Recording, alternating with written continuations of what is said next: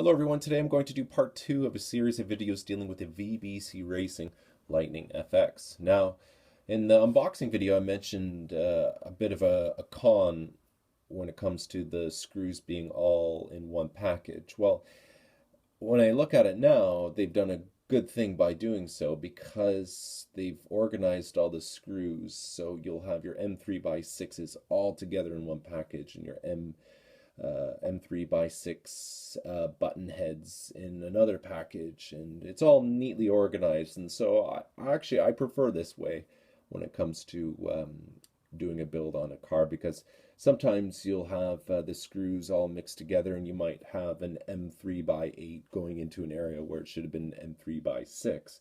So what this does is it eliminates that issue if you're putting the screw in the wrong area. All right. What's also really cool is the screws. Some of the screws, I think the button head screws will have the VBC Racing stamped into the actual head, which is really cool. It adds a nice factory look to it all.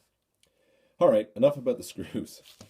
Now, let's talk about the main chassis. This is a 2.5 millimeter carbon fiber graphite, nicely machined, well done, nice cutouts, everything's nice and clean. Same goes with the rear lower pod plate. Now, just a few things to point out. You'll see that there's a little hole here, there's a little hole here, and a little hole right here. Now, no screw will fit in there from what the kit has to offer. Now, the reason for this is these are actual holes for balancing pins. So what you're going to do is you're going to take your Huddy balancing pins, or whatever manufacturer balancing pins you have, and you're going to place the pins underneath that in order to balance the chassis left and right. You'll use your electronics to balance the chassis left and right. Personally, I just balance the main chassis. I don't even worry about this rear pod plate. Don't even touch it. After I build this chassis completely, with electronics and all that, I will go ahead and remove the side links here and this here, remove all that, put the main chassis onto the balancing pins, and I will balance the chassis left and right, and then reassemble, and then I'm good to go. All right, so that's something for you to know if you didn't know. Side links, let's take a look at the side links here. Now, the side links, this section here is a larger hole, which allows the screw to pass through that and then grab into the material on this side.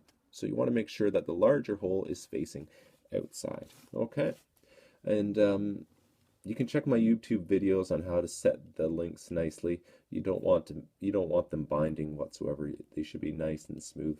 And VBC does a really good job with the links right out of the box. I've had other manufacturers where I've spent a lot of time trying to tinker around, trying to get them smooth and bind free. And VBC has done them right. Well done. The center pivot. Now you'll see in my YouTube videos I've used different manufacturers' pivots. I've really put a lot of emphasis on the importance of a center pivot, and the VBC Racing center pivot works really well.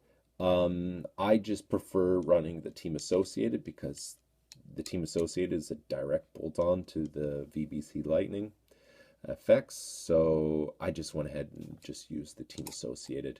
You can go ahead and use the VBC Lightning kit supplied one. It works just fine, but I have this all set up and tuned and ready to go, and so I just went ahead with the Team Associated one. That's pretty much it. You want to make sure that you set it up nice and neat, so it's nice and smooth. You can see my YouTube videos on how to set that up. Okay, so that's pretty much it for connecting the side links, and that's pretty much it. I hope that was of help. If you have any questions, please let me know. Bye bye.